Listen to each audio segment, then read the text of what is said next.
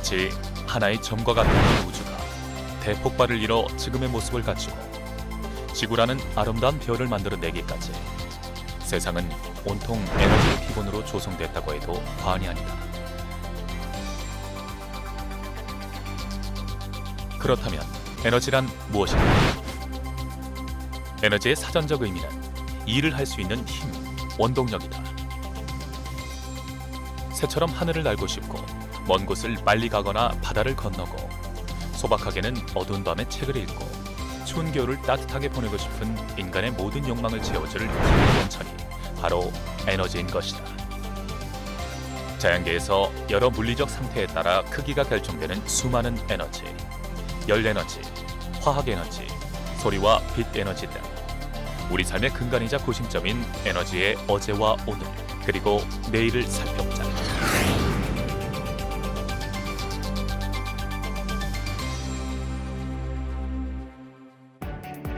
급격히 변화하는 세상. 우리의 라이프 스타일은 물론 생활에 필요한 자원까지 계속해서 변해온다.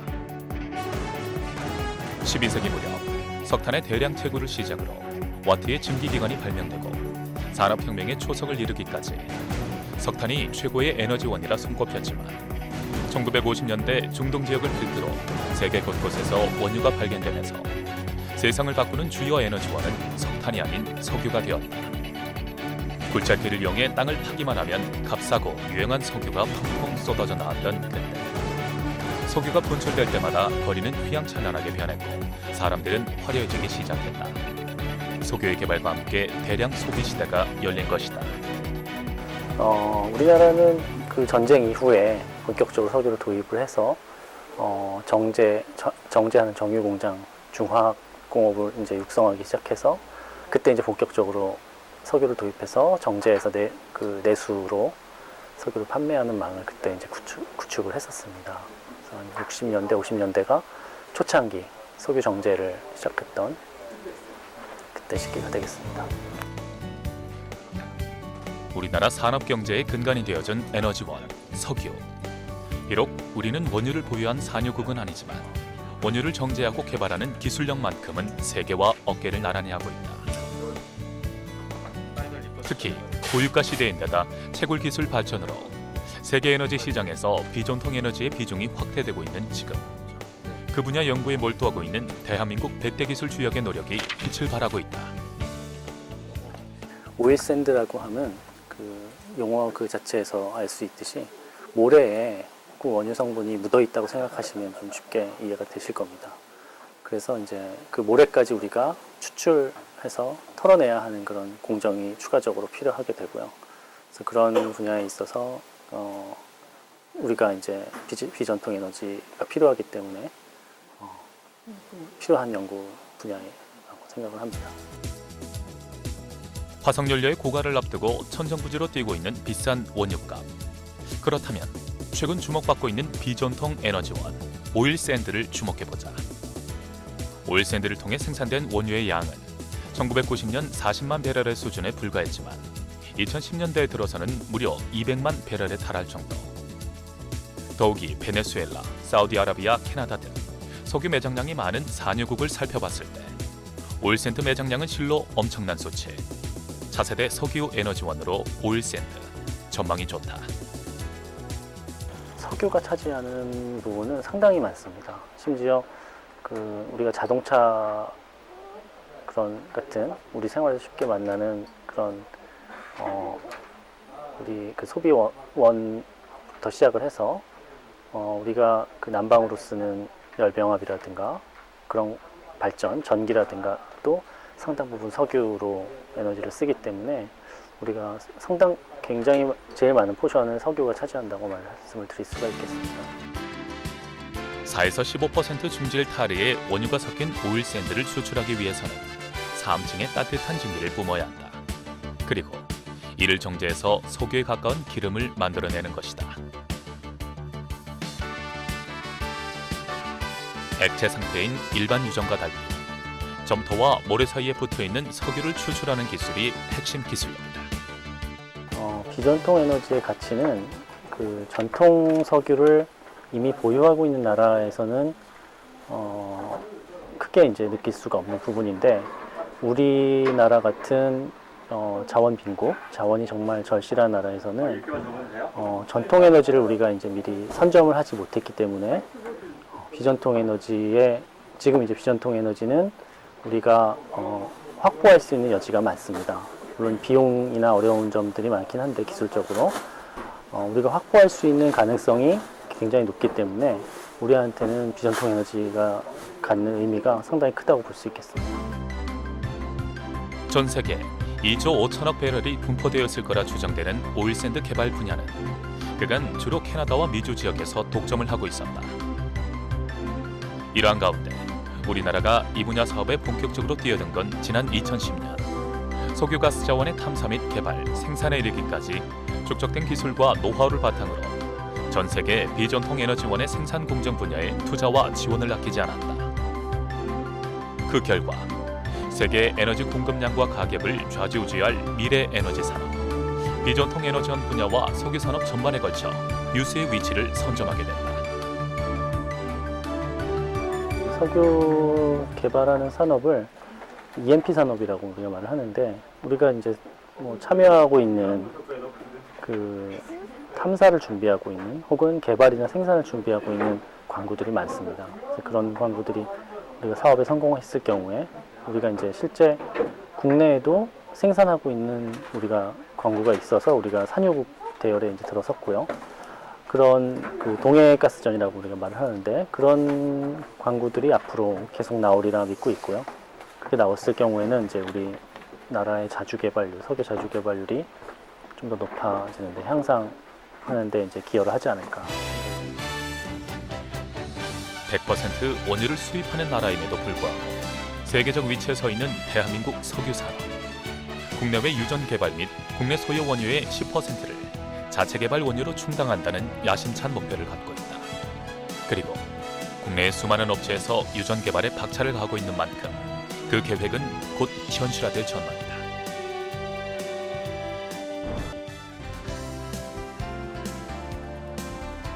유한 에너지원인 석유에 반해 지속 가능한 에너지원으로 손꼽히고 있는 신재생 에너지 분야의 대한민국 미래 비전도 밝다.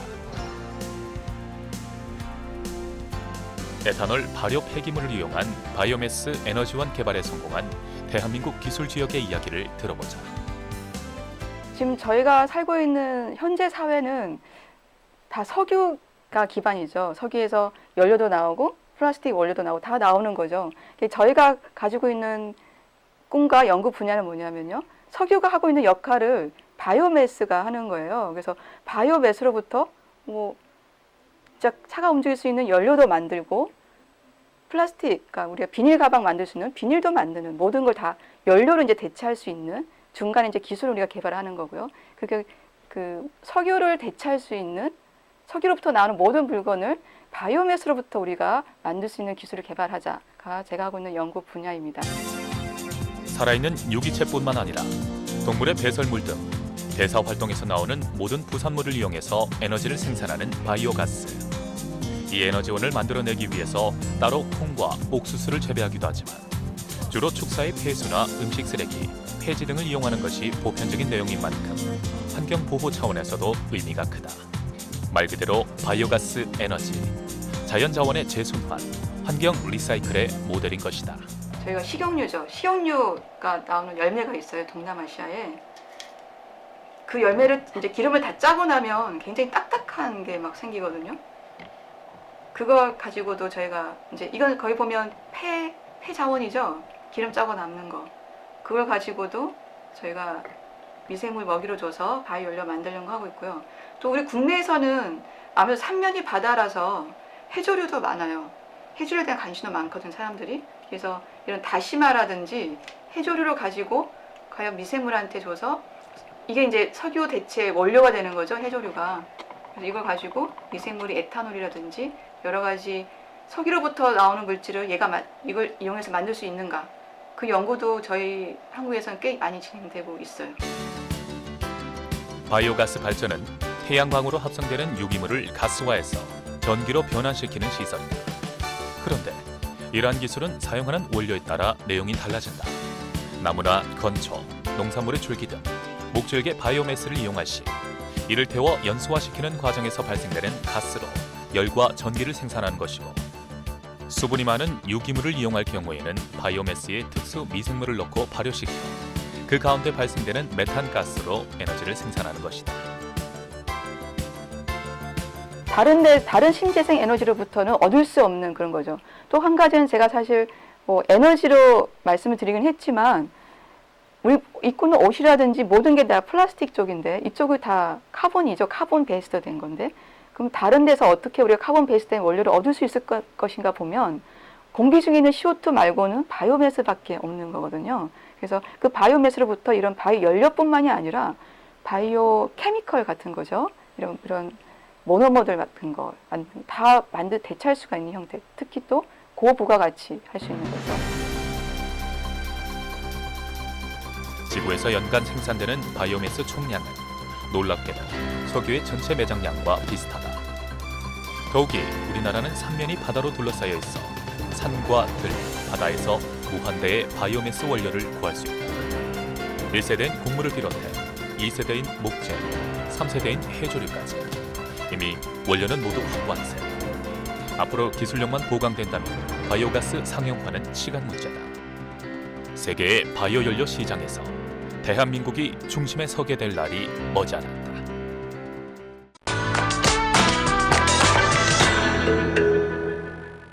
1971년 고리원전 1호기 가동을 시작으로 아시아에서 두 번째로 원전을 보유하게 된 대한민국.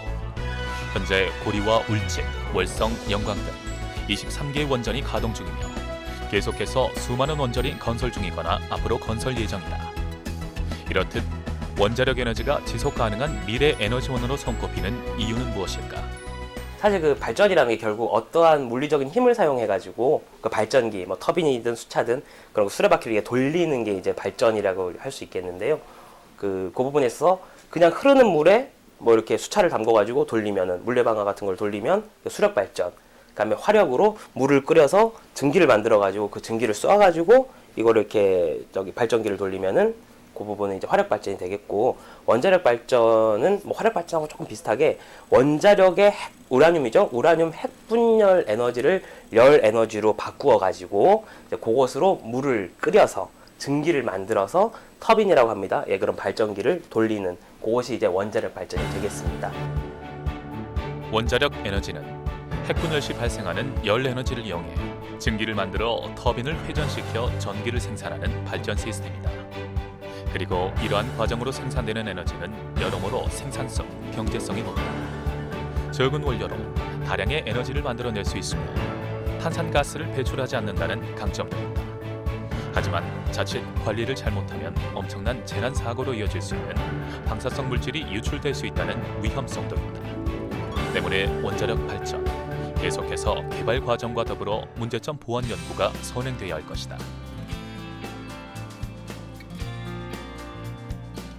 이러한 이유로 원자력 에너지 관련 각계의 전문가들은 지속적인 노력을 펼치고 있다. 그 결과로 최근 탄생된 게 바로 미래형 원전이다. 보다 안전하고 경제적이며 무엇보다 건설 기간이 짧다는 소형 모듈 원전. 기술 한국을 이끌어갈 100대 주역을 통해 보다 자세한 설명을 들어보자.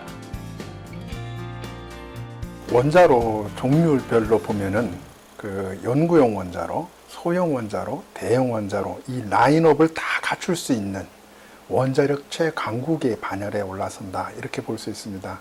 다시 말씀드리면 그 연구용 원자로라 해가지고 우리가 최근 2009년도에 요르단에 수출한 연구용 원자로가 있고, 또 대형 상용 원자로는 UAE에 수출한 원자로가 있습니다. 그 중간에 소형 원자로를 우리가 개발을 완료해서 함으로써 우리나라는 이제 명실공히 원자력을, 모든 종류의 원자력을 기술을 수출할 수 있는 나라의 반열에 올라섰다, 이렇게 볼 수 있는 거죠. 역사적으로 원전의 초기 모델은 현존하는 원자력 발전보다 훨씬 작았다. 그러나 가격적인 측면이 부각되면서 원전의 크기는 점차 대형화 추세에 접어들었다. 그러다 후쿠시마 원전 사고를 계기로 다시금 소형 원전 개발의 필요성이 대두되기 시작한 것이다.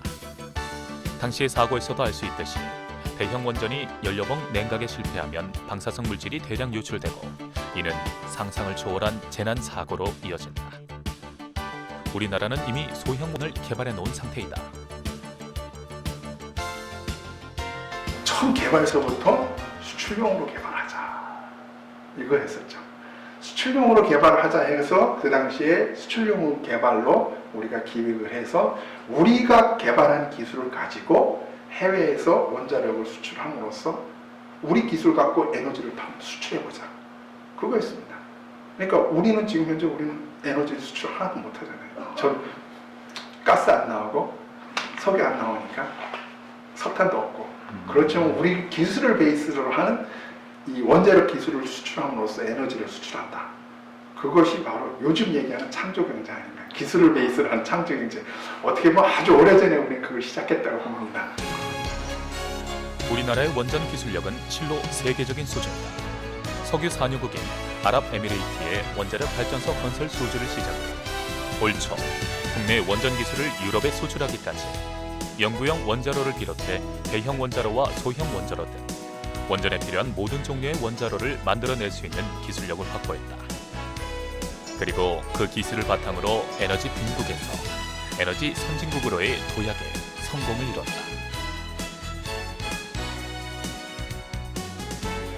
현재 우리 그 전 세계적인 발전 시설이나 각 나라들의 사정을 살펴보면은 소형 원전은 절대적으로 필요한 거로 보고 있고 최근 그 2010년도 들어오면서부터 미국을 중심으로 해서 소형 원전 개발에 아주 박차를 가하고 있습니다.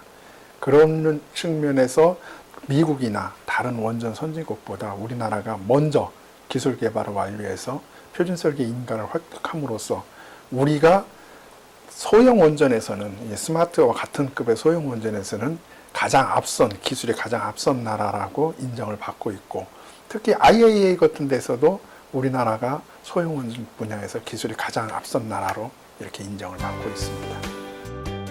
소형 원자로에 대한 세간의 이목이 집중되면서 현재 전 세계적으로 13개국에서 약 56종류의 다양한 소형 모듈 원전이 개발 중에 있다. 하지만 우리나라는 지난 2012년 100메가와트급 일체형 모듈화 원자로, 다시 말해 SMR이라 불리는 소형 원자로를 이미 세계 최초로 개발에 성공했고 원자력안전위원회로부터 표준 설계를 획득해 놓은 상태다. 이제 지금은 원자로를 수출하게 되면 이 원자로를 그 수출한 나라에 가고 땅을 파고 건설하고 걸리는 시간이 한 5년 이상 소요가 될 텐데 그거를 바지에 마운팅을 하게 될 경우는 우리가 조선소에서 배 건조하듯이 원자로를 다 건조를 해가지고 바지로 끌고 가서 현지에서는 마운팅만 해갖고서 바로 그 가동을 시킬 수 있는 그러면 건설 기간이 확 단축이 됨으로써 우리가 경제성을 향상시킬 수 있고 여러 가지 그 보다 혁신적인 원자로 기술 개발뿐만 아니라 건설 방법, 건설 그 공기를 갖다 단축시키는 것 등등을 통해서 우리가 경쟁력을 더 강화시킴으로써 지금 현재 선점하고 있는 소형 원전 시장을 지속적으로 석권할 수 있지 않을까 이렇게 보고 있습니다. 그래서 기술 개발은 소형 원전에 대한 기술 개발도 지속적으로 이루어져야 된다고 봅니다. 지금 현재로서. 원자력 에너지, 높은 기술력을 확보한 만큼 안전성을 고려하는 일에 집중해야 할 것이다. 1979년 스리마일섬 원전 사고를 시작으로 체르노빌과 후쿠시마 원전 사고까지 원자력이 보여준 파괴력은 상상 이상이었다. 2011년 3월 11일 전 세계를 공포에 빠뜨린 사고가 발생했다. 일본 후쿠시마를 강타한 규모 9.0의 대지진으로 인해 후쿠시마 원자로 1, 2, 3호기의 전원이 멈춰버렸다. 이유는 쓰나미의 영향으로 그 일개 지역 전력이 중단되었고 때문에 원자로를 식혀주는 긴급 노심 냉각 장치가 작동을 멈춰버린 것이다. 3월 12일 원전 1호기에서 수소 폭발이 일어났고 동시에 원자로 1호기 경납 건물 폭발이 일어났다. 그리고 이틀 원자로 3호기 건물 폭발과 원자로 2호기 경납 용기 손상, 원자로 4호기 건물 폭발까지 원전은 연쇄적으로 무너져 내렸고 그 뒤 벌어진 결과는 참혹했다.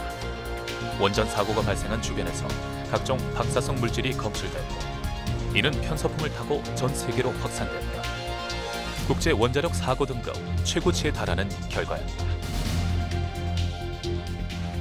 이 소형 원전의 가장 큰 특징은 안전성이 획기적으로 향상된다는 점입니다. 그래서 우리가 개발한 스마트인 경우도 가장 그 안전성이 뛰어나다는 대형 원전보다는 최소한도 10배에서 100배 이상의 안전성을 확보하고 있습니다. 그렇게 되면은 실질적으로 확률적으로 보면은 그 사고가 대형 사고가 발생하지 않는다 이렇게 얘기도 할 수 있습니다. 그렇다면 안전한 원전 관리. 이미 상용되고 있는 원전을 해체하는 데도 안전성이 강조되어야 할 것이다. 이 내용을 기술한국 100대 주역을 통해 들어보자. 저희 이제 이 분야는 사실 연구하는 지는 그 실제적으로 연구한 지는 얼마 안 됐죠. 왜냐하면 후쿠시마 그 사고가 터진 이후로 이쪽 원전에 대한 어떤 안전성 문제라든지 또 그 문제로 인해서 이 해체 문제가 갑자기 상당히 많이 부각이 됐죠. 그래서 저희들은 그 이전에도 물론 그 국가적으로 이렇게 준비를 하고 있었지만 이 후쿠시마 사고를 통해서 더 한층 그 기술 개발을 더 심도 있게 추진하는 그런 계기가 되었습니다. 고리 1호기의 첫 운전 이래로 어느덧 30년. 현재 가동 중인 23기의 국내 원자력 발전기 중에는 이미 설계 수명을 다했거나 목전에 둔 발전기가 하나둘씩 늘어나고 있는 형편이다. 더욱이 우리는 후쿠시마 원전 사고를 가까이서 지켜보지 않았는가. 안전하게 원자력 시설을 해체할 수 있는 기술력 확보가 무엇보다 중요한 과제일 것이다. 실제적으로 이 해체 문제를 어떻게 그 나중에 수명이 다했었을 때의 그 원자력 발전소를 어떻게 손쉽게 해체할 수 있겠느냐 하는 그런 문제를 가지고 최근에 이제 IAEA 같은 데서 그런 연구를 시작하고 있습니다. 그래서 그것들을 이제 처음에 건설 단계에서부터 설계 단계에서부터 이렇게 입력하기 위해서 그런 연구들을 하고 있습니다. 국내 원전 해체 기술 수준은 어떤가? 먼저 국내외 기술 개발 현황부터 살펴보자.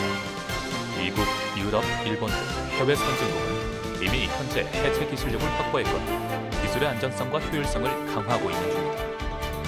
반면 우리나라는 소규모 및 저방사능 시설의 해체 기술만 확보한 상태. 선진국 대비 70%에 달하는 수준이다. 하지만 최근 이 분야 기술력이 무섭도록 빠르게 성장하고 있는 만큼 대한민국 원전 해체 분야의 미래는 어둡지 않다. 잘 아시겠지만 우리나라의 그 원전 운영 기술은 상당히 세계적이죠. 저희가 뭐 세계 몇 대 강국 안에 들어갈 정도로 그렇게 상당한 기술력을 보유하고 있는 것이 사실입니다.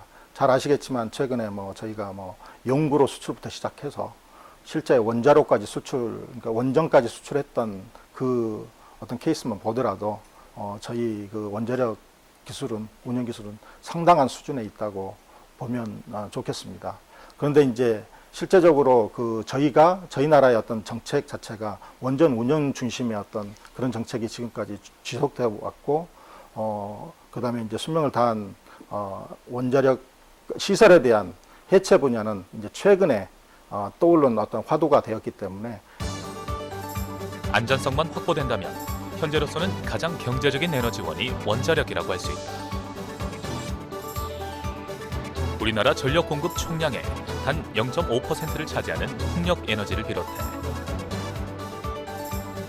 신재생에너지 분야에서 가장 상용화되었다고 알려져 있는 태양광 에너지와 비교해봐도 원자력 에너지의 높은 실효성을 확인할 수 있다. 태양광 발전 설비 총용량 690mW, 우리나라 전체 전기 생산량의 0.8%밖에 이르지 못하고 있는 것에 반해 원자력 에너지는 어떠한가? 원자력 에너지 원료인 우라늄 1g으로 석탄 3톤은 있어야 얻을 수 있는 양의 에너지를 만들어낸다. 100만 킬로와트급 발전을 1년간 운전한다고 할 때 석유는 150만 톤, 천연가스는 11만 톤이 필요하지만 원자력은 33만 톤이면 충분하다. 이렇게 해서 생산한 원자력 발전량으로 우리에게 필요한 전력을 많은 부분 충당하는 것이다. 그 여러 가지 이제 융합하는 그런 기술들, 다양한 분야가 거기에 결합이 돼서 같이 어떤 시너지 효과를 내는 그런 기술이고, 특히 해체도 마찬가지라고 보고 있습니다. 해체도 여러 분야의 기술, 그것들이 같이 결합해서 좋은 어떤, 그래야만 좋은 결과들을 낸다고 보고 있습니다. 석탄과 석유 등 화석연료를 비롯해 미래 에너지원으로 주목받는 신재생 에너지까지. 하지만 지금으로서 가장 현실적인 에너지원으로 손꼽히는 원자력에 대한 산업적 동향을 분석해보자면 아직은 발전 가능성이 무궁무진하다는 게 많은 전문가들의 의견이다. 30여 년 원전 운용 개발에 주력해왔다면 이제는 안전하게 해체하는 기술력을 확보해야 할 때 원자력 에너지 아직은 가야 할 길이 한참 남아있다. 이게 이제 요즘 이제 수출한다는 것은 뭐 지금 건설만 그렇게 해서 수출하는 게 아니라 거기 운영 부분부터 나중에 그 발전소를 어떻게 안전하게 경제적으로 해체할 수 있겠느냐까지 고려해서 그런 것들 패키지로 나갈 수 있기 때문에 그것들이 완전히 해체 기술까지가 완성이 돼야 전체 그 원자력 발전의 어떤 전체 사이클이 완성되는 것이다. 에너지 생산하는 만큼 손실을 막는 것이 중요하다. 일반적으로 발전소에서 만들어진 전력의 4.8%는 가정에 도달하기도 전에 전선의 전기 저항으로 인해 손실돼 없어진다. 과연 공중에서 사라지는 에너지를 잡을 방법은 없을까? 해답은 초전도체이다. 초전도로 새로운 송변전 시스템을 만들어낸 백대 기술 한국 주역의 설명을 들어보자. 그 전력 에너지가 이제 앞으로 우리가 21세기에서 이제 우리가 새로운 어떤 환경 문제하고 에너지 손실 문제, 이런 문제를 우리가 해결하기 위해서 그 미래의 전력 에너지를 우리가 어떠한 방향으로 가야 될 것인가, 그런 차원에서 제가 이제 주로 연구했던 것은 그 초전도체를 이용한 그런 어떠한 미래의 어떤 환경적인 신에너지를 한번 개발해 보자 해가지고, 그거를 이제 전력 기기와 전력 네트워크, 뭐 송변전 시스템 이런 거랑 결합을 해가지고서 저희가 굳이 이제 저희가 이제 그 용어를 융합해서 말한다면은 그 미래의 초전도 전력 에너지라고 하는 그러한 신에너지를 우리가 연구해 보자 하는 게 이제 우리가 앞으로 나가는 방향인 것 같습니다. 초전도는 특정 금속 및 합금을 초전으로 냉각하면 전기 저항이 제로가 되는 현상을 말한다. 1911년 초전도가 발견된 후 지금까지 100여 년이 지났지만 의료용 MRI 등에만 사용됐을 뿐 산업적 응용은 극히 제한적이었던 게 사실이다. 초전도체를 이용해 송전 케이블을 만들어 전기 저항에 의한 손실 없이 전기를 보내는 초전도 송전 시스템이 실용화된다면 전 세계적으로 일대 혁신이 일어날 것이다. 현재까지는 아마 이게 뭐 세계적으로는 이미 벌써 초전도라는 기술은 발견된 지는 100년 됐지만 이제 상용화되기 시작한 지는 이제 보통 한 30년 정도부터 시작을 했습니다.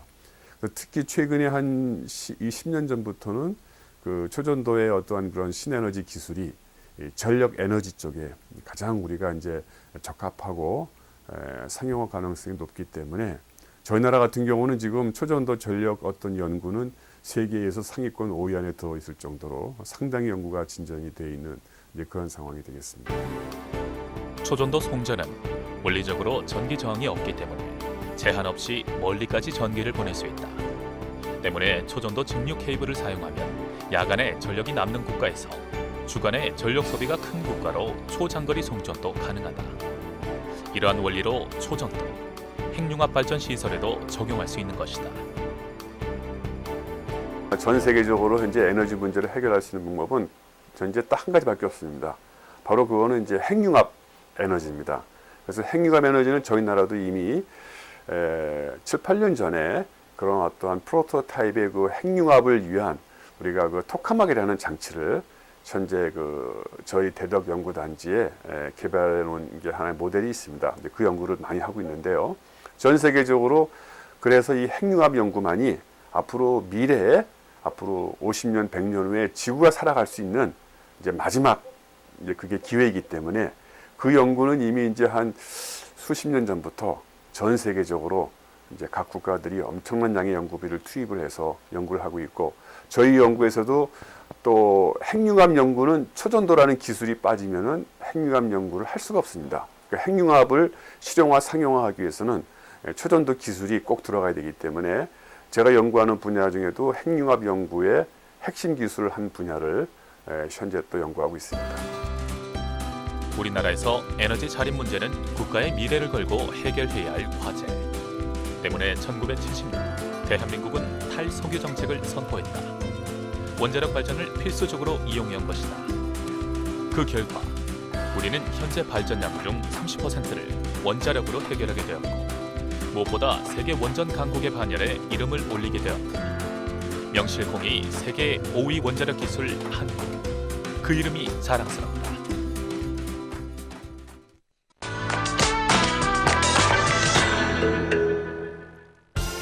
불의 발견을 시작으로 석탄과 석유의 개발은 우리 사회의 산업화를 불러일으켰다. 그러나 오랜 세월 인류와 함께해온 에너지는 점차 고갈되어가고 기후변화라는 문제에 봉착하게 이르렀다. 에너지 기후변화 시대, 과연 해답은 무엇일까? 바로 신재생 에너지다.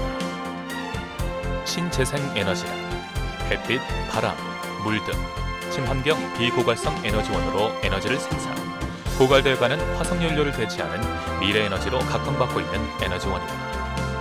아직은 원자력에 비해 효율성이 낮은 형편이지만 이는 결코 문제될 사안이 아니다. 신재생 에너지로 전기를 생산하는 단가와 화석연료로 전기를 생산하는 단가가 동일해지는 시점을 그리드 페리티라고 하는데, 현재의 세계적인 추세를 살펴봤을 때 그리드 페리티 시대는 이미 도래했다고 해도 과언이 아닌 상황. 이미 신재생 에너지 시대는 시작됐다. 기술 한국 100대 주역의 이야기를 들어보자. 이제 기술이라는 거가 한 세 가지로 나눠집니다. 조금 전에 잠깐 이제 언급이 됐었는데요. 첫 번째가 이제 소재 기술, 두 번째가 이제 모듈 설계 제작 기술, 이제 세 번째가 이제 현장에 적용해서 이제 적용하기 위한 설계 또는 이제 제어 운영 평가 기술, 이 세 가지로 구분이 되는데, 이제 첫 번째 소재 기술 같은 경우는 앞서 설명드렸듯이 이제 원재료라든지 또 원천 기술이라든지 이런 쪽이 대체로 이제 해외에 있습니다. 이제 그러다 보니까 이제 수준이 이렇게 높다 보기는 어렵고요.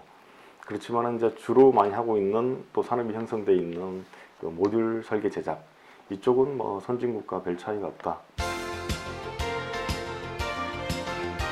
한국산업마케팅연구소에 따르면 2009년 신재생 에너지는 세계 에너지 최종 소비의 16%를 점유하고 있으며 2035년에는 33%까지 확대될 것이라고 보고 있다. 특히 태양광 에너지는 미래 에너지 산업의 새로운 희망이라 불릴 만큼 산업적 가치가 점철되고 있는다. 해외 경제연구소 자료에 따르면 2014년 세계 태양광 시장은 설치량 기준 약 45기가와트, 금액으로 환산하면 1,200억 달러 규모다. 그리고 2020년까지 약 350기가와트가 추가 설치되고 연간 1,500달러 이상 시장이 형성이 될 거라 전망한다. 1년 365일 중에 한 60%, 70% 그런 정도 수준이면 이제 그 전 세계 어디나 이제 어느 정도 그 타당성은 있다, 이제 이렇게 보고 있고요. 이렇듯 하루가 다르게 기하급수적으로 늘고 있는 태양광 발전 시설. 과연 태양광 발전 시설의 실용화 한계는 없을까? 또 한편으로 이제 중요한 거는 이제 현장에 설계를 할 때 이제 건물에서 요구하는 전력량이 있을 거고, 또는 뭐 크게 보면은 뭐 단지, 도시에서 요구하는 사항들이 있습니다. 거기에 이 시설을 이제 도입을 할 수 있는 공간이 있는지, 그리고 그 공간에 설치를 했을 때 그 도시라든지 단지에서 요구하는 양을 어느 정도 이제 그 충족을 해줄 수 있는지, 이런 이제 그 수요하고 그 공급, 생산 공급에 관한 그 매칭이 또 중요합니다. 그런 설계 기법들이 이제 필요한데, 그거를 잘 맞추다 보면 이제 방금 말씀하셨던 그런 운용상의 그 기후에 의한 영향을 약간은 좀 배제를 할 수 있는 여지가 있습니다. 태양 에너지를 전기 에너지로 변환시키는 태양광 발전. 발전 시스템은 크게 태양 전지로 구성된 모듈과 축전제 및 전력 변환 장치로 구성된다. 그리고 이를 이용한 전력 생산 원리를 살펴보면 다음과 같다. 태양 에너지를 전기 에너지로 변환할 목적으로 제작된 광전지로서 금속과 반도체의 접촉면인 PN 접착 부분에 빛을 조사하며 광전 효과에 의해 광전기력이 일어나는데 이를 이용해 전력을 생산하는 것이다. 이러한 과정을 통해 생산되는 태양광 에너지는 원료가 무한하다는 이점이 있고 대기 오염이나 폐기물 발생이 없으며 발전기를 가동할 때 소음이나 진동이 발생하지 않는다는 장점이 있다. 하지만 태양 발전 시스템을 건설할 시 초기 투자 비용이 비싸다는 점, 상용 전력에 비해 발전 단가가 높고 일사량에 따른 발전량 편차가 심하다는 단점이 있다. 말 그대로 태양광 에너지, 꿈의 미래 에너지인 건 기정사실이지만 아직은 연구개발할 과제가 많다는 것. 다시 말해 우리나라에도 기회가 열려 있다는 말이다.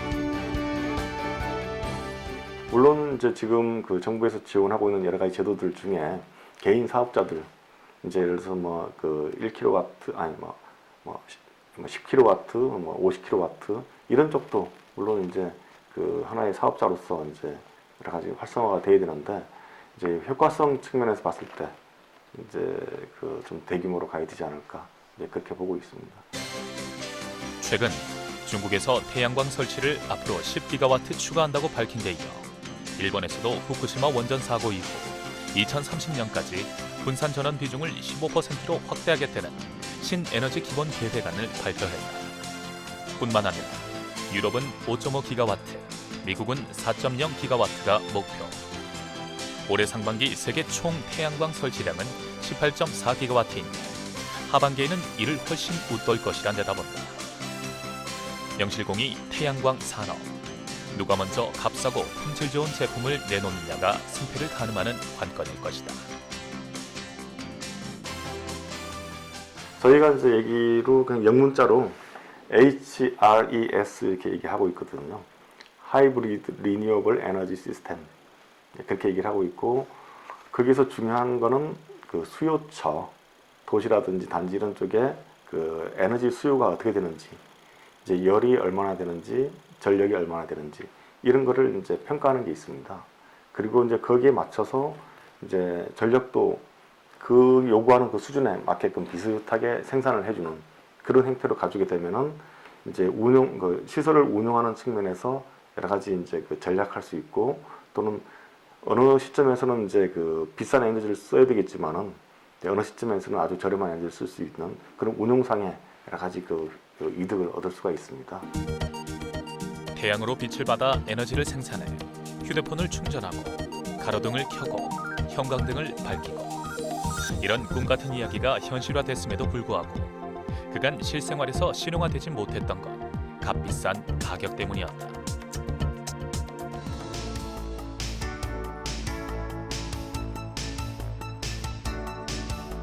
고가의 태양광 발전 시설, 고효율의 값싼 제품을 개발해낸다면 문제는 쉽게 해결되지 않을까. 제2의 전성기를 맞이한 태양광 산업, 세계 시장에서 선점하기 위해서 어떤 노력을 펼쳐야 할지 기술 한국 100대 주역의 이야기를 들어보자.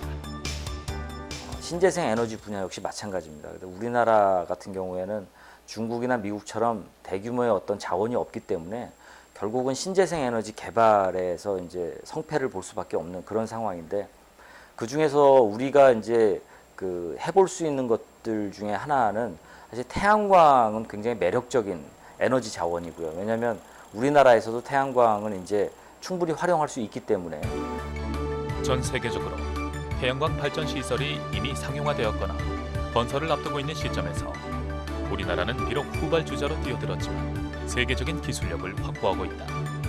특히 태양전지와 모듈, 웨이퍼 등 발전 시설에 들어가는 설비를 연구하고 개발하는 기술력은 미국과 독일, 중국, 일본 등 에너지 선진국들과 어깨를 나란히 할 정도다. 사실 지구 표면에 가장 많이 존재하는 원소가 제일 첫 번째는 산소고요. 그 다음에 두 번째로 많은 게 실리콘입니다. 왜냐하면 실리콘은 어디 있냐면 흙에 있거든요. 흙이나 모래에 있는 그 주성분이 실리콘입니다. 그러니까 우리가 실리콘을 만드는 게 모래에서 이제 채취해서 이제 실리콘을 만들게 되는데, 그러다 보니까 사실은 지구가 멸망하기 전에 고갈되지 않을 가장 뭐 많이 있는 원소는 실리콘이라고 봐도 무방할 정도로 많기 때문에 지금보다 사실 단가가 더 떨어지기는 아마, 왜냐하면 실리콘 생산하는 그 최고 수준의 공장에서도 지금 거의 마진을 조금만 남긴 상태에서 팔고 있는 수준이기 때문에 더 떨어지지는 않겠지만, 다른 종류의 그 방막 태양전지나 이런 것들이 쉽게 시장에 발전용으로 진입하기는 쉽지 않은 상황입니다. 그래서 앞으로도 실리콘으로 뭐 적어도 한 10년 정도는 시장의 한 80% 이상을 실리콘이 갈 거라고 하는 것에 대해서 이미 현재의 전문가들은 다른 태양전지를 연구하시는 분들조차도 다 동의를 하고 있는 상황이고요. 태양광 산업, 계속해서 핑크빛 미래를 보장받을 수 있을까? 태양광 산업 시장의 규모가 커질수록 곳곳에서 폐해가 뒤따르고 있는 것도 사실이다. 전 세계 저조한 기술력을 가진 수많은 업체들이 값싼 태양전지와 모듈판을 생산해 덤핑 형식으로 판매하며 불량 공세를 펼치고 있는 것. 이러한 상황에서 살아남기 위해서는 경제성과 효율성을 고려한 품질 좋은 제품을 개발하는 것이 그 해답일 것이다.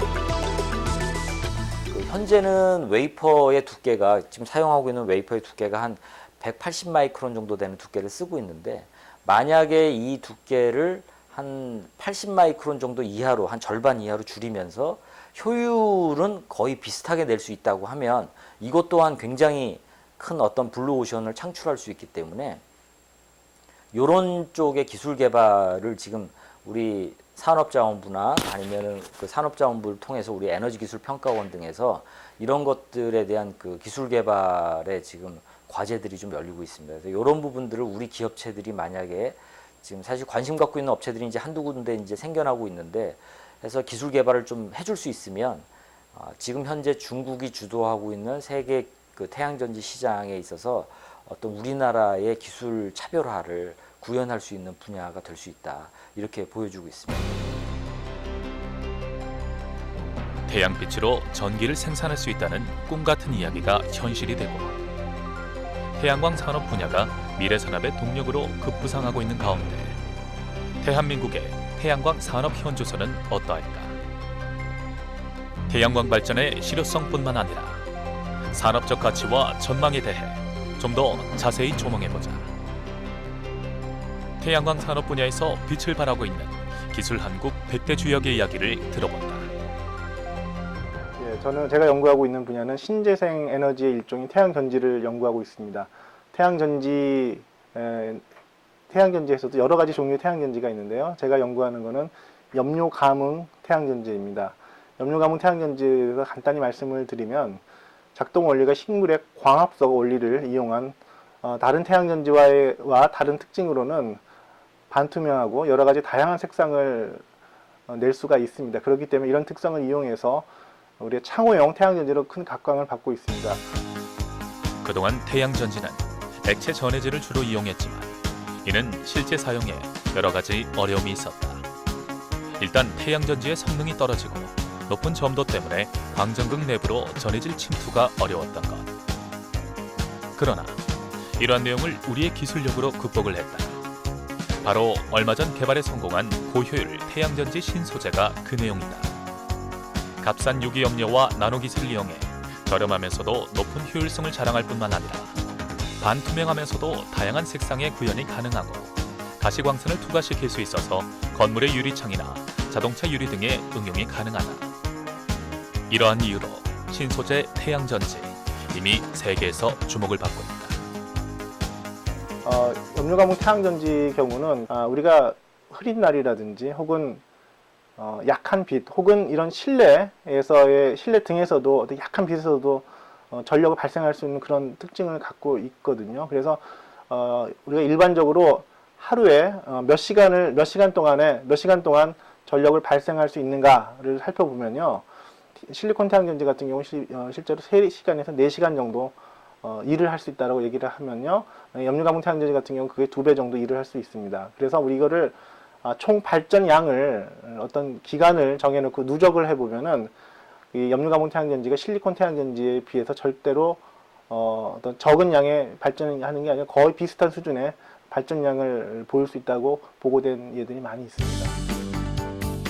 무한하고 청정한 데다 지속 가능한 태양광